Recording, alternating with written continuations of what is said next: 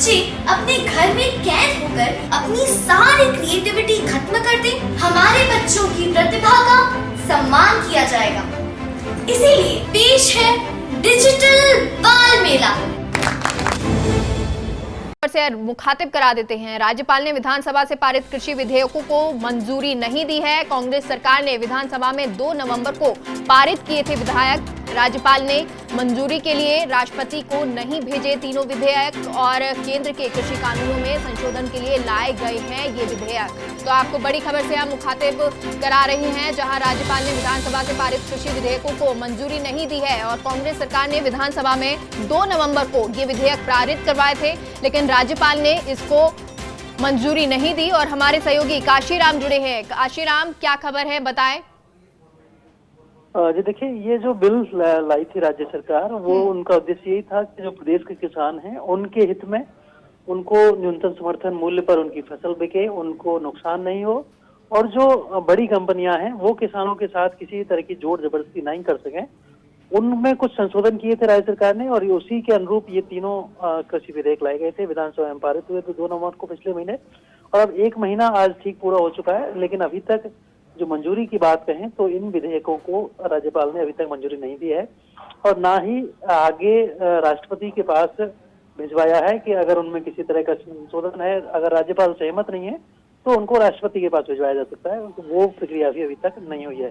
तो मिलाकर राजभवन में पिछले 1 महीने से ये तीनों विधेयक अभी रुके हुए हैं और इस पर अभी कोई कवायद नहीं हुई है।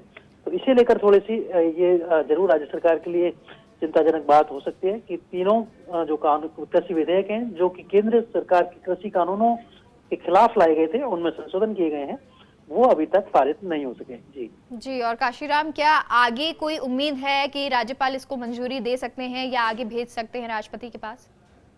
जी बिल्कुल, देखिए देखने वाली बात होगी कि राज्यपाल क्या निर्णय लेते हैं, क्योंकि कई मामलों में उनका जो डिसीजन रहा है वो राज्य सरकार के लिए अटकाने वाला रहा है। इससे पहले जब सियासी संकट चला था गहलोत सरकार के लिए, तो उस समय भी उन्होंने विधानसभा का सत्र बुलाने में 21 दिन का समय लिया था और कई तरह से राज्य सरकार ने प्रयास किए थे, लेकिन विधानसभा के सत्र के लिए उन्होंने मंजूरी नहीं दी थी। तो बहुत ज्यादा सहयोगात्मक रवैया उनका अभी तक नहीं दिख रहा है राज्य सरकार को। तो ऐसे में आगामी दिनों में पता चलेगा कि क्या होता है। बिल्कुल, और अगर इस तरह से मंजूरी नहीं मिलती है तो क्या राज्य सरकार आगे क्या कदम उठाएगी? देखिए, अंतिम रूप से चूंकि विधानसभा से पारित हुए विधेयक, तो निश्चित रूप से राज्यपाल को ये विधेयक राष्ट्रपति के पास भिजवाने होंगे। अगर वो खुद मंजूरी नहीं देते हैं तो उस मामले में अभी समय लग सकता है, लेकिन कितना समय लगाएगा ये विधि विशेषज्ञ ही सही तरीके से बता सकते हैं। जी चलिए, बहुत बहुत शुक्रिया काशीराम पूरी जानकारी का। तो आपको बता दें, ये बड़ी खबर, जब राज्यपाल ने विधानसभा से जो विधेयक पारित हुए थे उनको मंजूरी नहीं दी है और राज्यपाल ने मंजूरी के लिए राष्ट्रपति को भी नहीं भेजा है तीनों विधेयक को। केंद्र के कृषि कानूनों में संशोधन के लिए लाए गए थे ये विधेयक, लेकिन राज्यपाल जो है उन्होंने विधानसभा से पारित कृषि विधेयकों को मंजूरी नहीं दी और ना ही राष्ट्रपति को भेजा है। लेकिन आगे ये देखना होगा कि राज्य सरकार क्या करती है।